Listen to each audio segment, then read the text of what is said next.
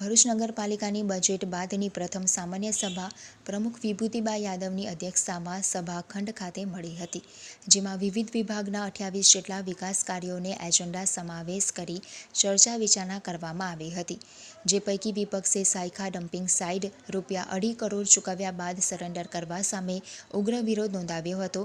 તે ઉપરાંત બજેટ બેઠકમાં વિપક્ષ દ્વારા ટ્રાફિક, પાર્કિંગ તેમજ હોકર્સ ઝોન અંગેની રજૂઆતોનું મિનિટ્સમાં સમાવેશ ન કરવા સામે વિરોધ કરી તેનો સમાવેશ કરાવ્યો હતો.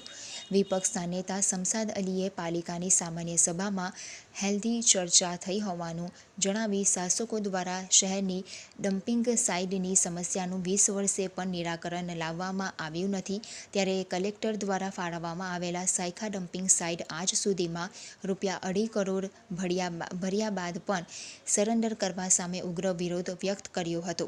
તો તેઓની બજેટ સભાની ટ્રાફિક, હોકર્સ ઝોન સહિતની રજૂઆતોને મિનિટ્સમાં સમાવવા બાબતે વિરોધ કરીને તેનો સમાવેશ કરાવ્યો હતો. પાલિકા પ્રમુખ વિભૂતિબા યાદવે સરકારમાંથી વિવિધ ગ્રાન્ટ આવી રહી હોય, વિકાસના કાર્યોને વેગ મળશે તેમજ શક્તિનાથ સર્કલનું નવીનીકરણ અને પાંચબત્તી સર્કલની અટકેલી કામગીરી શરૂ કરવામાં આવશે તેમ જણાવ્યું હતું.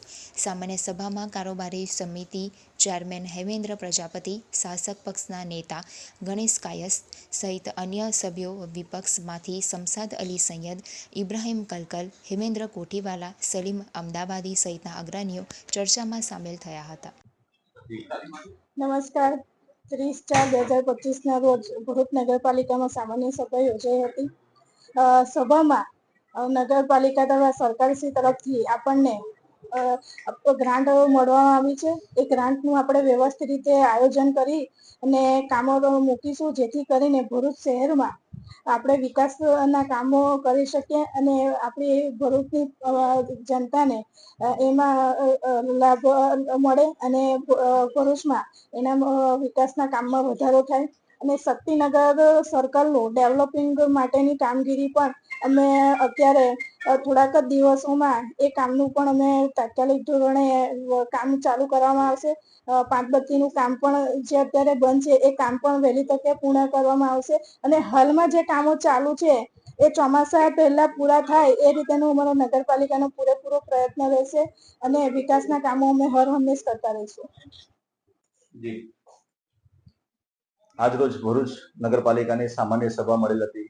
તેમાં જે કહી શકાય કે ગઈ બજેટની મિટિંગના અંદર વિપક્ષ દ્વારા જે મુદ્દા આપવામાં આવેલા હતા ભરૂચના વિકાસ માટે, જેમાં હોકર ઝોન છે, તળાવને ડેવલપમેન્ટ કરવાની કામગીરી છે, ટ્રાફિકની સમસ્યામાં કઈ રીતે છુટકારો મળી શકે અને જે રીતે પાર્કિંગની સમસ્યા જે છે એ પાર્કિંગની માટે તેમજ ભરૂચના અંદર જે નવા કામો જે છે એ નવા કામોના અંદર કયા કયા વિસ્તારના અંદર વિકાસના કામો કરી શકાય તે બાબતે જાણકારી આપવામાં આવી હતી અને ખૂબ હેલ્ધી ચર્ચા થઈ હતી. પણ આ બોર્ડના અંદર જે મિનિટ્સ મંજૂર કરવાની હોય છે એ મિનિટ્સના અંદર એ કામોનો સમાવેશ ન કરવાથી એનો અમે વિરોધ કરેલો છે અને એનો સમાવેશ કરાવેલો છે.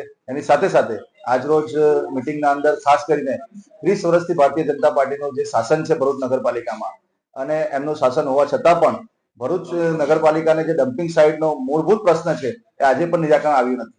ભરૂચ પાસે ડમ્પિંગ સાઇટ પોતાની ન હોવાના કારણે વારંવાર ડોર ટુ ડોર કચરાની સમસ્યા હોય છે. તે કચરાની જે કચરા માટેની જે કચરા લેવાની જે પ્રક્રિયા છે તે પણ બંધ કરી દેવામાં આવે છે. એની સાથે સાથે રોડના ઉપર બી કચરાના ઢગલા દેખાતા રહે છે.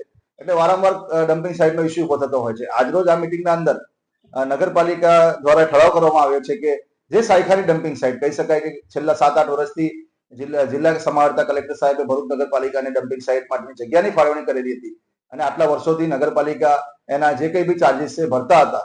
આજે ₹2.5 કરોડ ભરવા છતાં પણ એ નગરપાલિકા આજે સરેન્ડર કરવા માટે એટલે કહી શકાય કે જે જગ્યા છે તેને સરેન્ડર કરીને એને ત્યાંથી ડમ્પિંગ સાઇટ તરીકે એને બંધ કરવા માટેની આજે ઠરાવ લાવેલ હતું. એનો અમે સખ્ત શબ્દોમાં બધાએ વિરોધ કરેલો છે, કેમ કે ₹2.5 કરોડ ભર્યા પછી એ જગ્યા છોડી દેવી, સરેન્ડર કરી દેવું એ યોગ્ય નથી.